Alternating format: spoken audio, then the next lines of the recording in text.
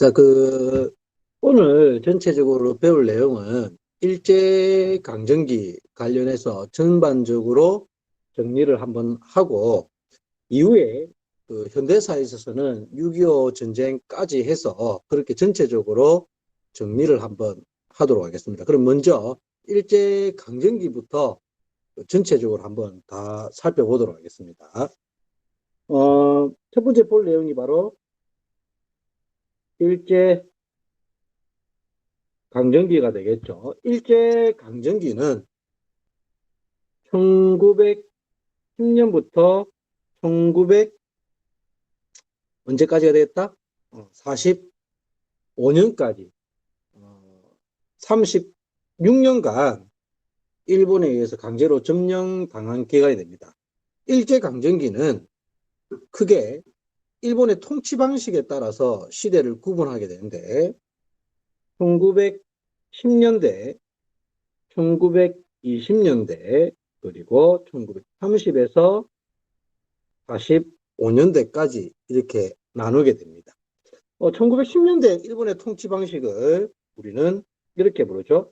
무단 통치라 부르고, 1920년대 일본의 통치 방식을 문화 통치라고 읽었습니다. 그리고 1930부터 45년대까지를 민족 말살 통치 기간이다. 이렇게 부르게 되는데, 말 그대로 여기에서 우리가 핵심을 두어야 될 것은 1910년대에는 무로서 우리 민족을 다스렸던 기간, 그리고 20년대는 문으로서 다스렸던 기간, 그리고 30년대에서 45년대까지는 말살에 초점을 두시고 이렇게 보시면 되는데, 자, 구체적인 사례들을 갖다가 조금 알아두시면 되겠습니다. 무단 통치, 무로서 특히 가장 대표적으로 헌병경찰 통치 시기라고 불릴 정도로 아주 강압적인 통치가 이루어졌던 시기죠. 그래서 사례들을 갖다가 보시면 대표적으로 첫 번째 헌병경찰 통치가 이루어졌더라. 두 번째 태용도 실시되었더라. 세 번째 적결 처분권도 시행이 되었더라. 네 번째 제복 교사도 시행이 되었더라. 그 외에 언론 출판 집회의 언론 출판 집회 등의 자유가 매우 제한적으로 이루어졌던 시기가 바로 1910년대 일본의 통치 방식의 대표적인 사례라고 할 수가 있겠습니다. 그런데 이렇게 무단 통치를 실시하자 이에 대한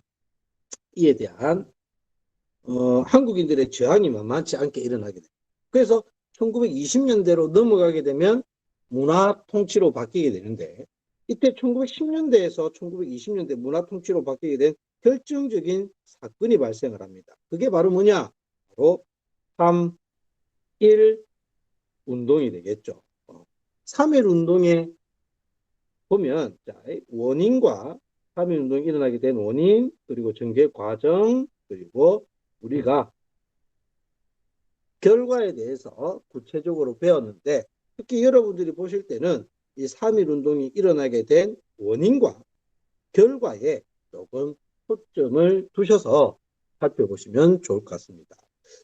특히 이 3.1 운동의 결과, 우리 세 가지 결과를 배웠죠. 첫 번째, 일본의 통치 방식이 무단 통치에서 문화 통치로 바뀌게 되었다. 두 번째, 독립운동을 좀 더 조직적으로 이끌기 위해서 대표성이 가진 정부 형태의 단체가 만들어지기 시작했다. 바로 무엇이 만들어지게 됐다? 결과, 바로 두 번째 우리가 이 사회에 봤던 게 바로 대한민국 임시 정부와 관련해서 우리가 구체적으로 배웠을 겁니다. 여기 좁아서 대한민국 임시정부 한번 더욱더 구체적으로 살펴보면 초기에 두 단체, 정확하게는 세 단체가 되겠죠. 대한 국민의회와 국내에 있던 한성 정부와 그리고 상해 임시 정부를 통합해서 어디에 대표성을 두고 상해 임시정부를 기반으로 해서 통합이 이루어져서 바로 대한민국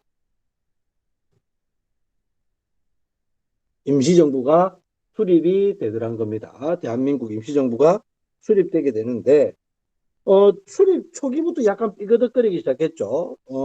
이 임시정부의 위치와 그리고 독립운동의 방향을 두고 이쪽 대한국민의회 같은 경우는 무장투쟁론을 갖다 주장했다고 했습니다. 무장투쟁론을 갖다가 주장했던 데 비해서 이 상해 임시정부 같은 경우는 외교 독립론을 갖다 주장하죠.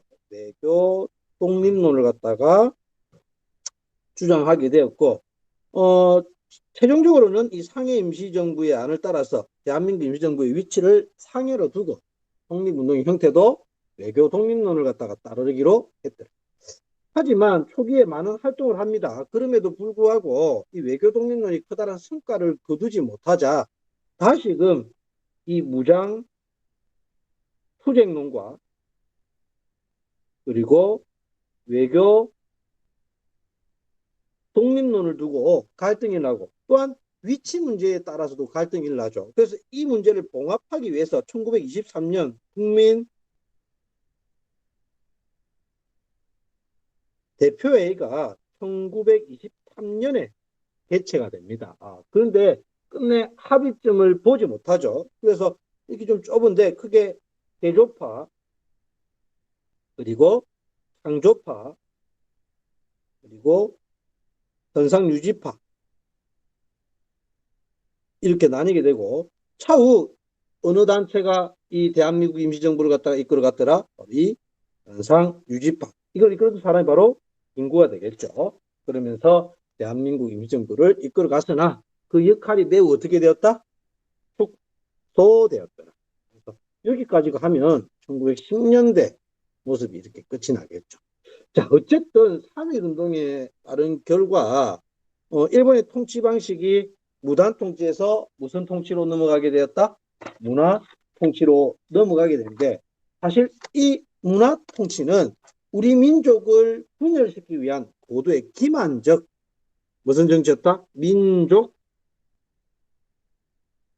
분열 정책에 해당되더라. 그죠? 그래서 문화 통치의 사례도 구체적으로 보셔야 됩니다. 겉으로만 문화 통치를 갖다가 실시하였더라. 그죠? 그래서 헌병 경찰 제도를 없앤다 해놓고는 오히려 보통 대표적인 사례들 보면 보통 경찰의 부가 더욱더 늘어났더라. 그죠? 두 번째, 해형이라든지 적결 처분권 등을 폐지하겠다 해놓고는 오히려 치안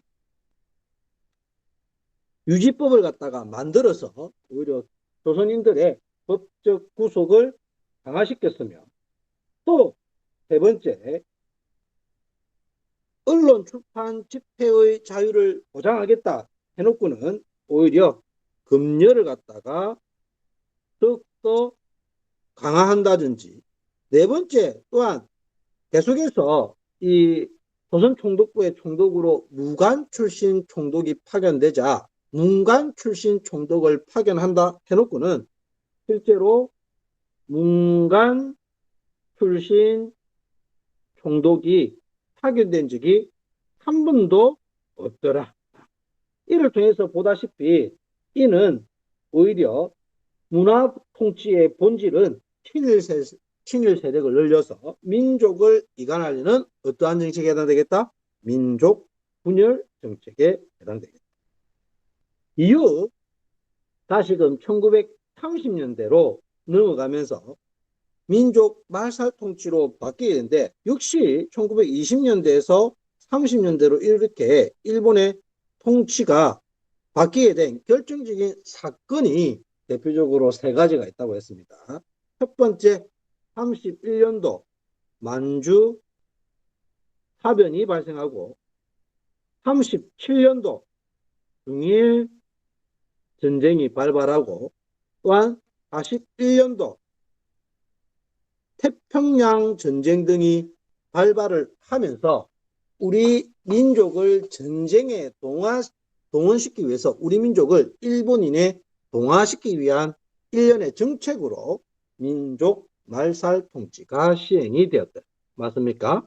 그래서 역시 1930년대에서 45년대까지의 대표적인 통치 방식의 사례들을 갖다 살펴보면 대표적으로 창씨 개명이 이루어졌고,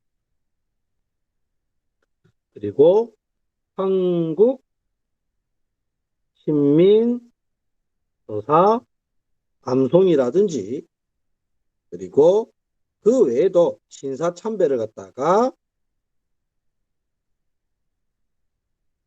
강요한다든지, 또한 네 번째 궁성 요배, 그리고 뭐 한국어 사용을 금지한다든지, 한국어를 금지시킨다든지, 한국사 교육을 금지시킨다든지, 이러한 모습을 보였던 시기가 바로 1930에서 45년도 전체적인 정치적인 모습이 되겠습니다. 정치적인 모습이 되겠습니다. 자, 그러면 이게 전체적인 정치적인 모습이었다면 이제 경제 파트로 한번 넘어가 보도록 해요. 지금 잘 듣고 있죠? 잘 듣고 있지? 여러분들 캠이 지금 선생님 볼 때 네트워크 문제인지는 모르겠지만, 아니면 여러분들 끊는지 모르겠지만 한 명도 이서준이 천정만 지금 보이고 있습니다. 그러니까 여러분들이 어떻게 하고 있는지 선생님 지금 반응을 볼 수가 없어. 반응이 보여야 이 아들이 지금 하고 있는구나 뭐 이렇게 알 텐데. 자, 이제 또 넘어가도록 하겠습니다. 자, 경제 파트로 넘어가자. 경제. 일본이 실시한 대표적인 경제정책도 역시 1910년대, 1920년대, 1930에서 45년대로 나누어서 역시 보시면 편합니다. 10년대 일본이 실시했던 대표적인 경제정책은 토지 조사 사업이 될 것이고, 1920년대 일본이 실시했던 대표적인 경제정책은 한미 정식 계획이 있을 것이고, 30에서 45년도 대표적인 것은 영참 기지화 정책이 있겠죠. 토지조사 사업을 실시한 볼 때 명분 보셔야 되겠죠. 명분은 근대적 토지 보유권을 확립시켜 주겠다. 이게 일본의 명분이었고, 원칙은 기한부 신고제로 이루어졌더라. 또한 실제 목적은 일본이 토지를 약탈할 목적으로 이루어졌다. 그래서 많은 토지가 이때 조선 성독부 산하의 동양 주식 회사로 넘어가게 되었고, 많은 토지가 약탈당하였다. 그리고 10년대 한 가지 더 알아두셔야 될 것이 바로 토지조사사업과 함께 한 개 더 해사령이라는 것이 발표되었더라. 그죠? 근데 이때 해사령은 허가제로 운영이 되었더라까지 알아두셔야 됩니다. 자, 20년대 산미정식 계획. 산미정식 계획. 우리나라의 쌀 생산량을 늘리려는 계획이었죠. 이렇게 산미정식 계획이 추진된 목적은 일본이 쌀 부족 현상이 발생하였고, 그 문제를 우리나라에서 해결하려 하였더라. 근데 한미정식 계획을 볼 때는 이 계획을 따른 문제점을 보셔야 됩니다. 두 가지가 있습니다. 첫 번째, 일단은 수리시설 등의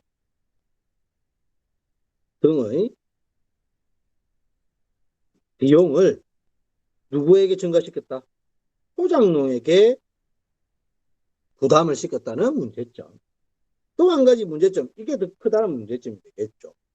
쌀의 실제적인 정산량보다 뭐가 많았다? 수탈량이 훨씬 많았다.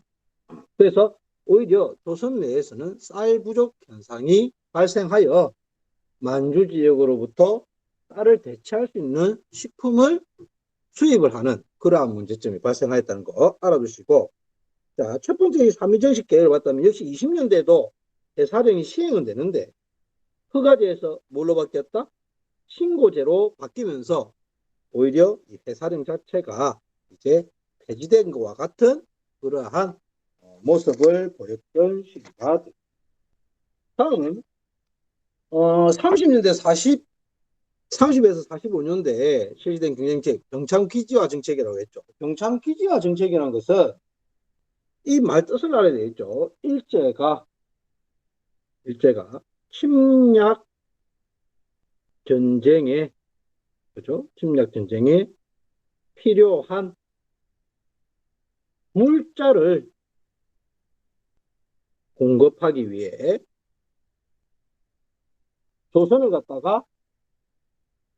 조선을 전쟁 산업에 집중시키는 이러한 정책을 병참기지화 정책이라고 합니다.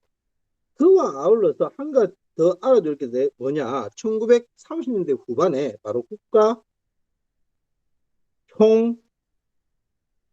총동원령이라는 것이 발표가 돼서 이때 대표적인 이러한 사례로 징용이 실시되고 징병제가 실시되고 강제징용도 일고 그리고 뭐 지원병제 그리고 여성들에게는 위안부 문제까지 이러한 전반적인 정책이 시행됐던 시기가 1930에서 45년도의 모습이다. 이렇게 이해를 하시면 되겠습니다. 지금까지는 일본의 관점에서 본 거야. 일본의 관점에서 일본이 신시한 정책, 정치적 정책, 그리고 경제 정책에 대해서 살펴봤다면, 자, 이제 뭘 봐야 되느냐? 반대로 우리가 일본의 이러한 모습에 대한 저항의 모습을 갖다가 살펴봐야 되겠죠. 역시, 자, 넘기겠습니다. 그렇다면, 자, 독립 운동에 대해서 역시 대식으로 구분하게 되겠죠. 1910년대, 1920년대, 1930에서 45년대로 독립운동을 갖다가 어떤 식으로 전개했는지 봅시다. 크게 선생님이 그때도 설명했다시피 우리가 이걸 볼 때는 국내의 독립운동과 국외로 나누어 봐야 됩니다. 그죠? 항상 우리가 나눠봐야 돼요. 국내의 1910년대 국내의 독립운동의 형태는 대표적으로 이런 형태로 이루어졌다겠죠. 비밀 결사 운동 형태로 이루어졌더라. 그래서 이 비밀 결사 운동을 벌였던 대표적인 두 단체가 있었습니다. 두 단체가 있었는데 하나가 독립어건부가 있었죠. 독립어건부가 있었고 또 한 단체가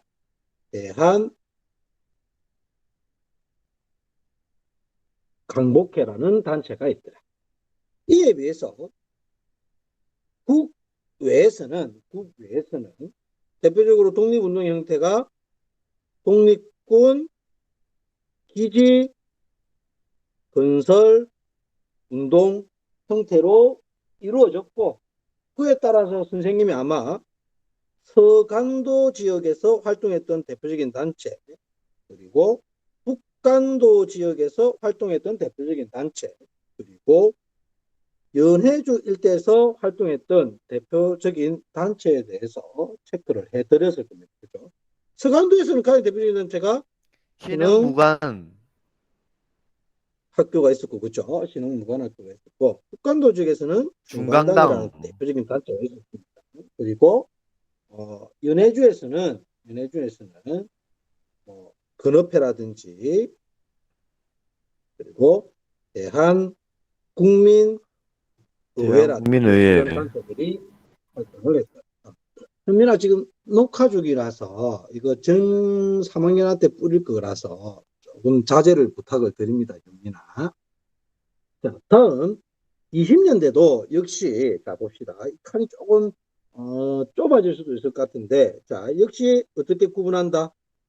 국내와 국외로 구분합니다. 근데 자 여기서 국내를 볼 때는 민족주의 계열의 독립운동과 1920년대 가장 큰 특징 중에 하나가 바로 사회주의가 본격적으로 이제 우리나라에 들어와서 활동을 하게 된다고 했죠.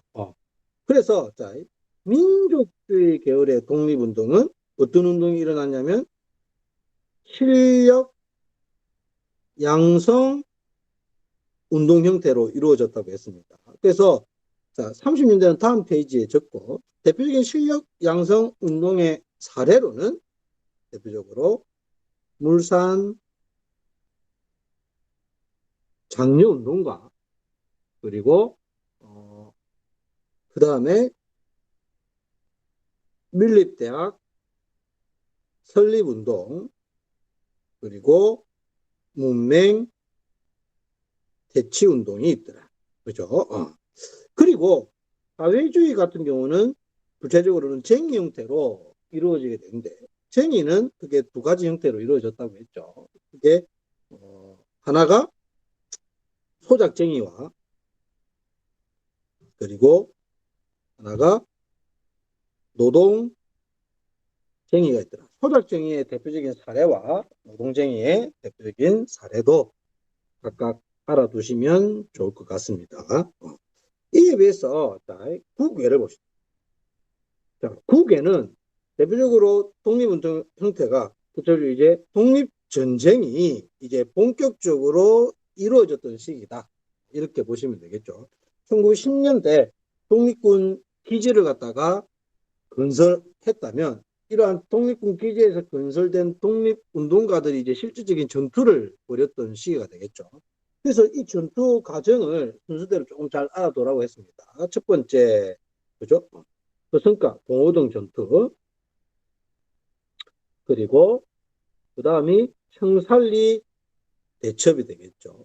근데 이 사이에 어떤 사건이 하나 있냐면 선생님이 아마 수업 시간 해줬을 겁니다. 훈춘 사건이 있었습니다. 그죠? 훈춘 사건이 있었고 이후에 좁은데 간도 참변. 자, 그리고 그 사이에 자유시 참변이 일어나죠. 물론 이 사이에 서일이 대한 독립군단을 조직하였다. 이 과정까지 알아두시면 되겠습니다. 아직까지 20년대 중반에 대한 독립운동입니다. 다음 페이지 넘겨서 20년대 중후반의 독립운동에 대해서 한번 살펴보도록 하겠습니다. 페이지 넘겨도 되겠습니까? 페이지 넘겨도 되겠나? 자, 넘기겠습니다. 아무도 답을 안 합니다. 자, 봅시다. 1920년대 역시 중반 이후에 독립운동에 대해서 봅시다. 지금 계속 정리를 하고 있는데, 민족주의 계열의 독립운동과 사회주의로 나누고, 이게 국내입니다. 국내고, 국외는 지금 독립전쟁이 이루어지는데, 민족주의 계열에서는 지금 조금 전에도 봤다시피 대표적인 실력 양성 운동이 일어났죠. 근데 이 실력 양성 운동이 커다란 성과를 거두지 못하고 거듭되는 실패를 거치게 됩니다. 그러면서 이 민족주의 계열이 크게 둘로 나뉘어진다고 했습니다. 하나가 타협적 민족주의 계열의 세력과 비타협적 민족주의 계열로 나뉘어지게 되고 사회주의 같은 경우도 1920년 사회주의자를 탄압하기 위해서 만든 구체적인 법이 있죠. 바로 치안 유지법 등으로 인해서 활동의 어려움을 겪자 드디어 이 비타협적 민족주의 계열과 이 사회주의 계열이 연합을 해서 새로운 단체가 드디어 민족유일당 운동의 일환으로 민족유일당 운동의 일환으로 바로 어떤 단체가 만들어졌다? 신간회가 만들어졌더라. 1927년도가 되겠습니다. 신간회라는 단체가 만들어졌더라. 그래서 이 신간회의 활동까지도 좀 잘 알아두시고 자, 국외에서는 지금 조금 전에도 봤다시피 우리가 자유시 참변까지 봤죠. 자유시 참변 이후 다시 그 독립운동 단체를 재구성하려는 움직임 속에 3부가 조직이 되게 됩니다. 3부가 조직이 되게 되고 3부가 어떻게 되냐면 이렇게 되죠. 참의부, 경의부, 그리고 신민부 이런 조직이 만들어지게 되고 이후 국내에서 지금 보면 이 선생님 체크하다시피 민족 유일당 운동의 영향을 받아서 이 3부를 갖다 역시 통합하려는 움직임이 나타나게 됩니다. 그죠? 그래서 1920년대 후반에 두 단체가 만들어지게 되는 거죠. 그래서 만들어진 단체가 혁신의회와 그리고 국민부라는 단체가 이렇게 국외에서는 만들어졌다. 여기까지가 1920년대 중반 이후의 모습이고, 자, 이제 그러면 30년대로 넘어가야 되겠죠. 1930년대 이후에 독립운동으로 넘어가도록 하겠습니다. 다시 또 넘기겠습니다. 정리 잘 따라오고 있죠. 이렇게 잘 정리 안 해드립니다. 자, 1930년대 이후에 독립운동을 봅시다. 조금 전에도 봤다시피 1920년대 말에 두 단체가 만들어졌습니다. 하나가 혁신의회, 그리고 하나가 국민부가 되겠죠. 근데 체크해야 될 게 뭐냐? 이 1930년대 이후 독립운동은 주로 어디에서 주로 이어졌다? 국외에서 이어졌다는 겁니다. 그 국외 거를 갖다 그대로 이어서 보시면 되겠습니다. 혁신의회가 29년도에 만들어졌고 국민부가 사실은 28년도에 만들어졌습니다. 그리고 30년대로 넘어가게 되면 이 단체가 변화되어서 만들어지게 되죠. 그게 30년대 이 혁신의회가 한국 혁명당을 갖다가 한국 독립당을 갖다가 조직을 하게 되는 거죠. 한국 독립당을 갖다가 조직을 하게 되고 국민부 같은 경우도 조선 혁명당을 갖다가 조직을 하게 됩니다. 한국 독립당 같은 경우는 북만주 일대에서 활동을 했고 조선 혁명당 같은 경우에는 남만주 일대에서 활동을 하게 되는데 이 산하의 독립군 부대를 다 조직을 했다고 했죠. 그게 바로 한국 독립군 그리고 조선 혁명당 같은 경우도 조선 혁명군 이렇게 이루어지게 되는데 대표적으로 이를 이끌었던 장군 정도는 체크를 해 두셔야 될 것 같습니다. 그렇죠? 한국 독립군 같은 경우는 지청천 그리고 이건 양세봉 이렇게 되겠죠.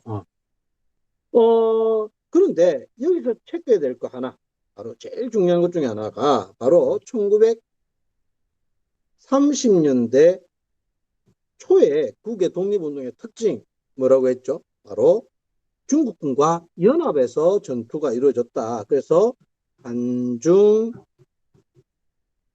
연합 작전이 이루어졌다는 것이 특징이라고 했습니다. 그래서 이때 한국 독립군과 연합했던 중국군이 바로 중국 호로군이 됩니다. 중국 호로군이 될 것이고 조선 혁명군과 연합했던 대표적인 중국군 부대가 중국 영군 이렇게 됩니다. 그래서 이렇게 지금 보다시피 30년대 초는 한중연합작전이 이루어져서 대표적인 전투가 치루어졌더라. 이렇게 알아두셔야 되겠습니다. 뭘 알아둬야 돼요? 이렇게 질문하시는데 그런 질문은 하지 않았으면 좋겠습니다. 자, 그런데 1930년대 초가 이렇게 한중 연합작전이 이루어졌다면 이제 1930년대 중반 이후로 넘어갑니다. 1930년대 중반 이후의 독립운동의 특징은 중국 이제 관내로 중국 본토가 되겠죠. 중국 관내로 이동해서 독립운동이 이루어졌다는 것이 특징입니다. 그런데 중국 관내에서 활동했던 두 단체가 가장 대표적인 두 단체가 있습니다. 하나가 바로 이 중국 관내로 이동하면서 모든 단체를 통합한 단체가 만들어지죠. 바로 김은봉이라는 사람이 있어. 그게 바로 민족혁명당이 되겠습니다. 민족혁명당, 그죠? 모범봉에 의해서 있고, 또 한 단체가 바로 원래 있던 단체가 있죠. 대한민국 임시정부가 있더라고요. 그래서 보시면 대한민국 임시정부 같은 경우는 김구가 조직한 단체가 됐습니다. 이후에 이 민족혁명당 같은 경우는 사회주의 색채가 더욱더 강화되면서 이름이 조선 민족 전선 연맹으로 변화되게 되고, 그 산하에 조선 의용대라는 단체를 이끌었더라.